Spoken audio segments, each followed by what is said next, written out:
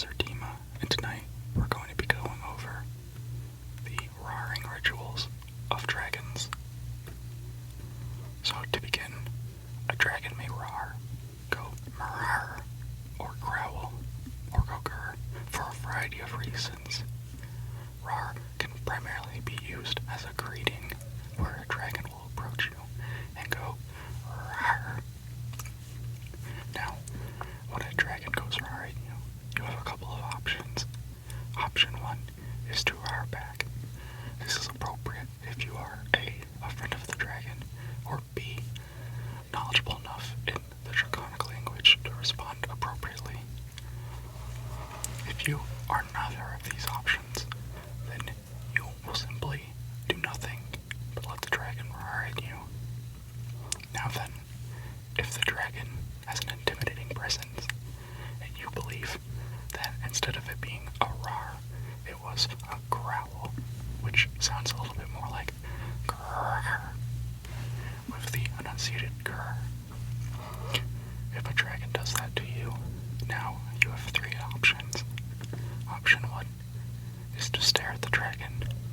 Option 2 is to begin to slightly run away in a playful manner. And option 3 is to run for your life. Now, we're going to go over each of these options in the order of what you should do. Now, the first option is to run away. Dragons are very scary and can run very fast and pin you down with great strength and agility. If you get pinned down by a dragon, you need to make sure that you are in a soft place where you won't hurt yourself if you brace for impact. If you are not facing the dragon and they bounce on you from the back, you'll need to put out your hands to avoid having to fall on your face. If you don't want to brace for impact like that, then you'll need to face the dragon head on. The dragon will instead pick you up and then pin you down in a much more gentle motion. Now, when you have the running option, you'll need to make sure that you're really running, because if you're really running away, the dragon will actually not go after you. It may run after you for a bit to make sure that you're actually in fear of your life, or it may playfully trot towards you. If you speed up from him, he will then attempt to run after you. If you go faster after that, then he'll slow down and turn away. If you do that, the dragon will not engage with you ever again for at least a day. So, you need to make sure that you're actually in fear of the dragon before doing that action, because if you instead meant to playfully run away from them, then you have exposed your hand, and the dragon will no longer believe that you want to play with them.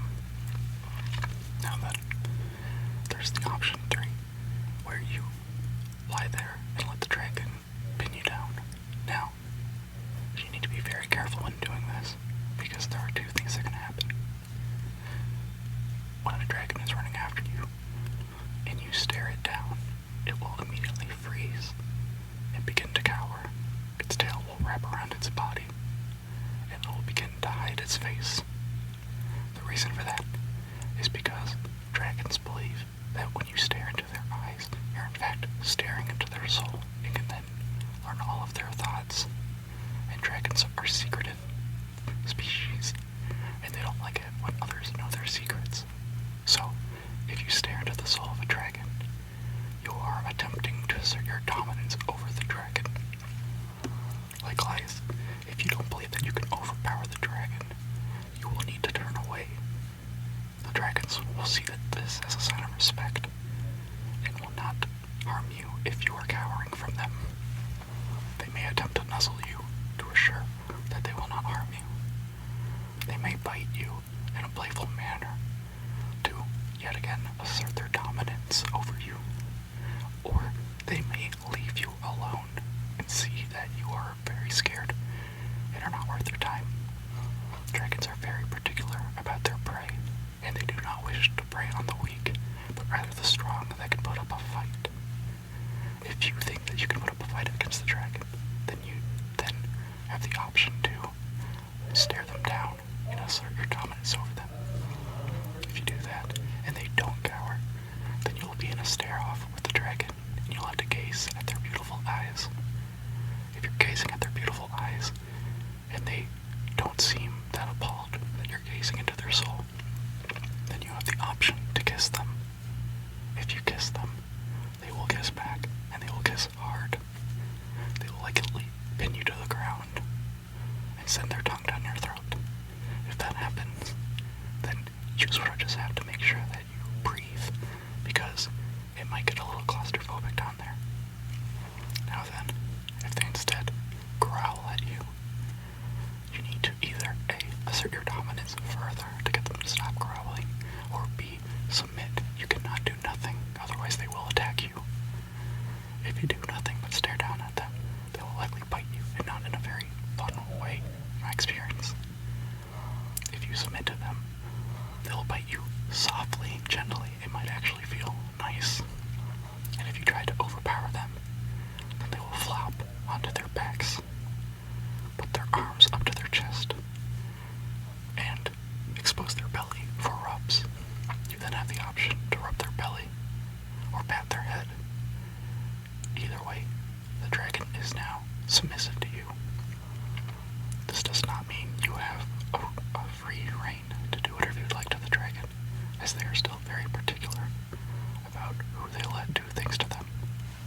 You still need to earn their trust, and to earn their trust, you must start by softly petting them on either their stomach or their head.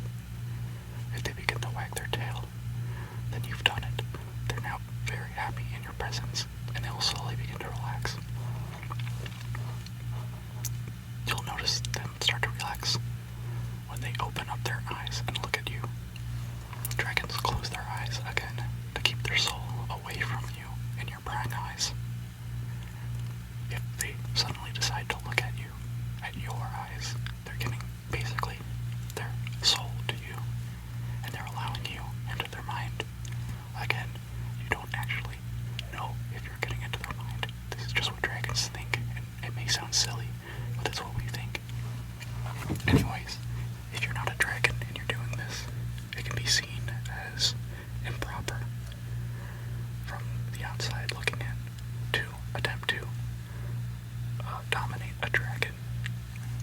Now, let's say you're a wolf, a fox, a deer, and you try to do this. You need to be very careful about it, because dragons are bigger and stronger than you. You're going to have a harder time going the domination route, and you might want to try the submissive route in order to get on their good side. Now, if you are not interested in dragons, what you would like to do is try to avoid these conflicts to begin with. And to avoid these conflicts, you do not need to roar at the dragon, but instead say, "Hello, it's nice to meet you." If you do that, the dragons will have no problem greeting you similarly, and you can go about your day. But do not be rude to dragons, because if a dragon gets angry at you, then they will sprint and fly and try to burn you alive, and that is not fun. You do not wish for a dragon to do that to you, so you must be nice to them. When you are nice to a dragon, you'll be rewarded with similar headbats and scratchies.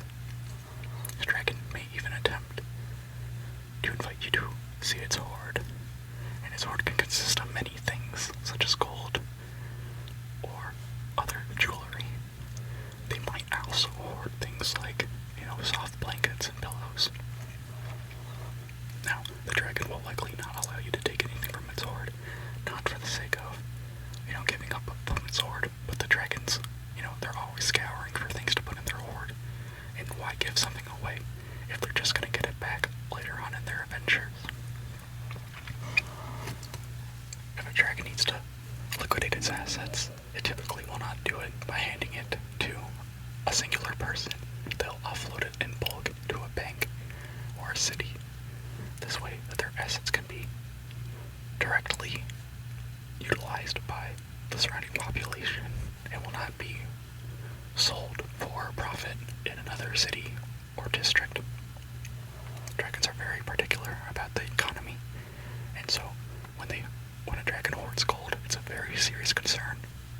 Dragons only hoard gold in rare circumstances where they are either a part of a bank or are evil. If you come across an evil